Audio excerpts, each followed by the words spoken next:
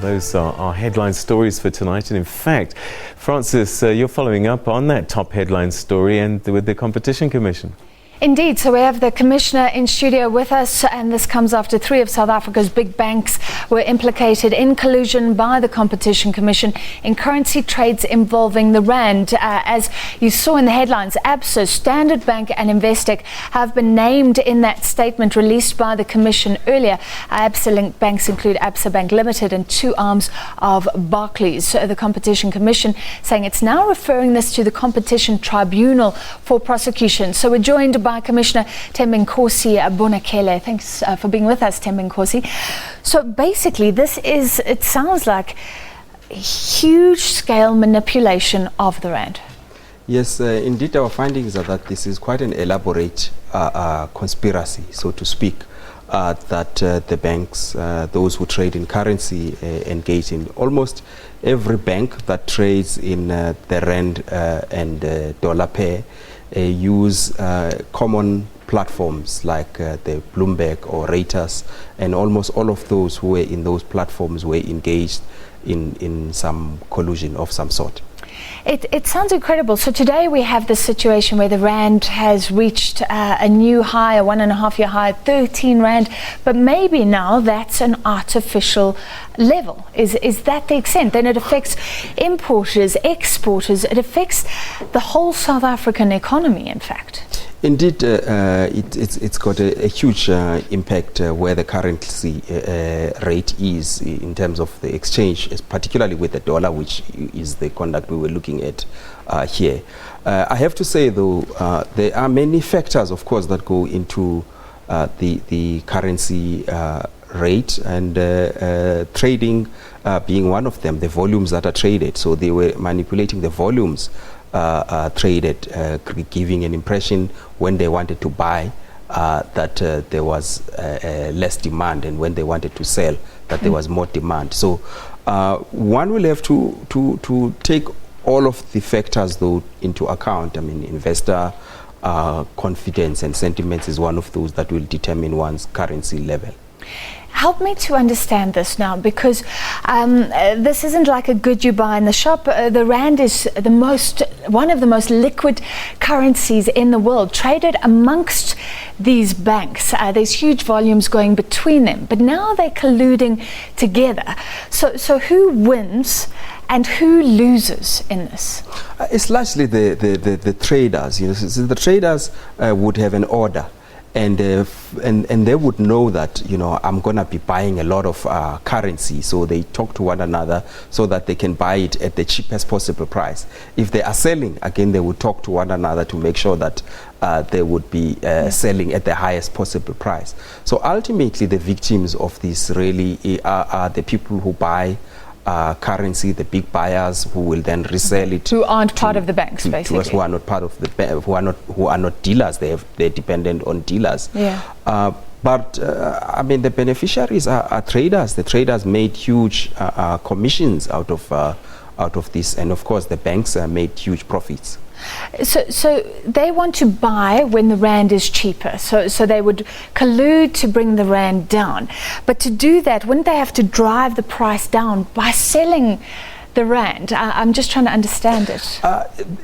In part it's that, but it's in part coordinating when do you buy and sell, because that will impact on the value. So if you know that I'm going to be buying a lot, so you don't want others buying. So they would coordinate that maybe you don't buy now because I'm going to be buying a lot. So I buy today, you buy tomorrow, and we all help each other. You help me today, and I help you tomorrow. Sometimes they would even create fictitious bids.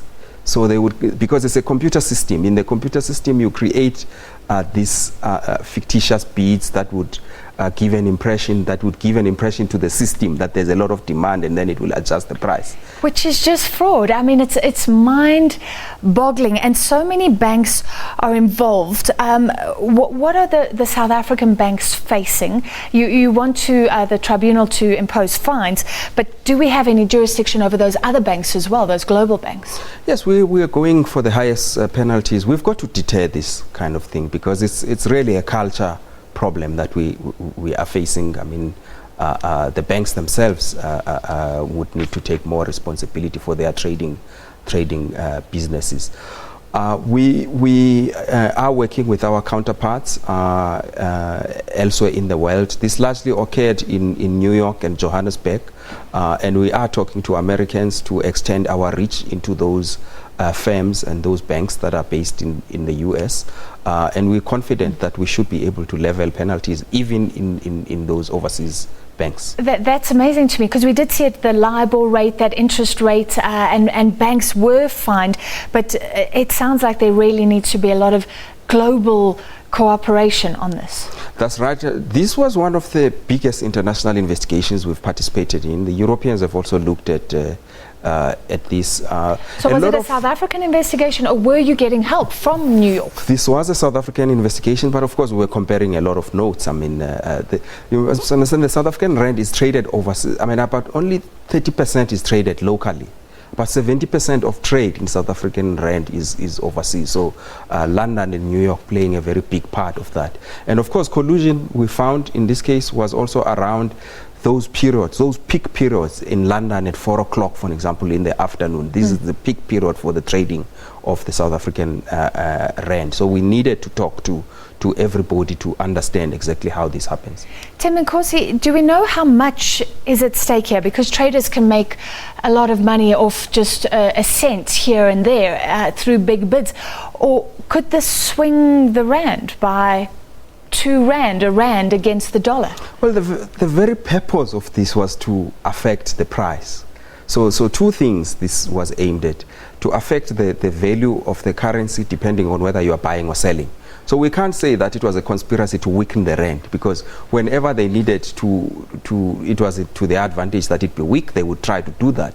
If it was their advantage to make it seem stronger, they would do that. It was very hard to see the exact impact on the long-term value of the rand itself. It would be a complicated study required to understand that, and we didn't even try. Okay. So but I mean, what is also clear, and you can draw a clear link towards, is the commissions that traders were able to make were huge, and the profits banks were making were huge as well. I mean, this raises so many questions. I think the president and government officials at one stage were alluding to currency manipulation. After the finance minister, Nhlanhla Nene, was fired, we saw a huge plunge of the rand, and that seemed to make sense. But now, could you say perhaps there was something sinister? Maybe traders, because they do look for pretext, and then, okay, as soon as something happens, let's all sell because that's a good opportunity.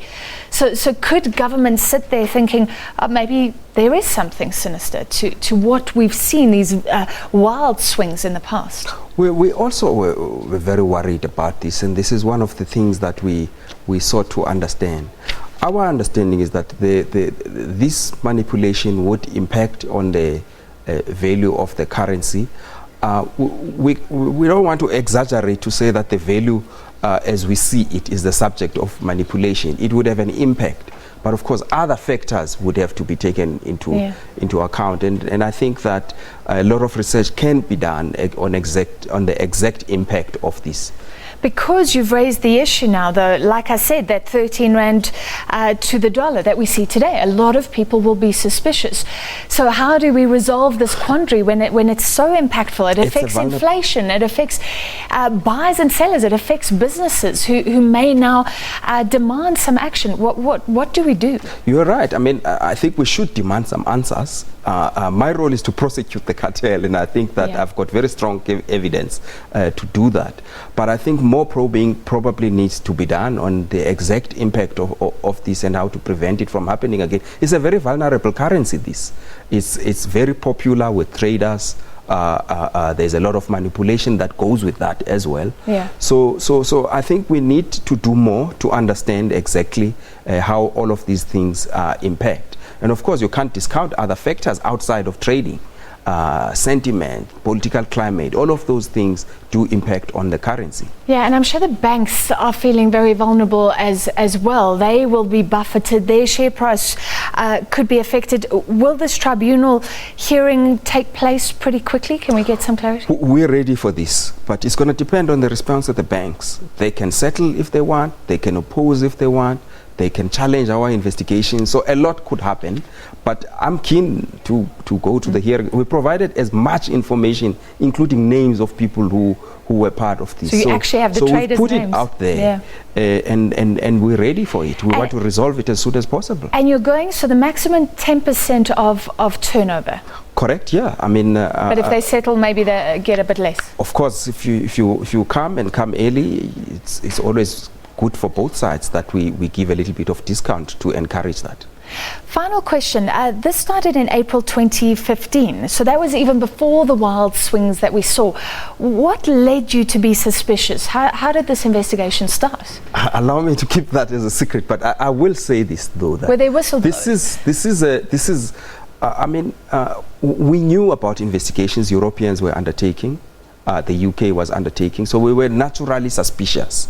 And we spoke to people, and those engagements will be the subject of the evidence that we will be presenting before the tribunal. All right. Well, we appreciate your time this evening, and a lot of people congratulating the Commission for really going after a big issue. We'll follow how this pans out. Thank you very much, Commissioner from the Competition Commission, Tembinkosi Bonakele.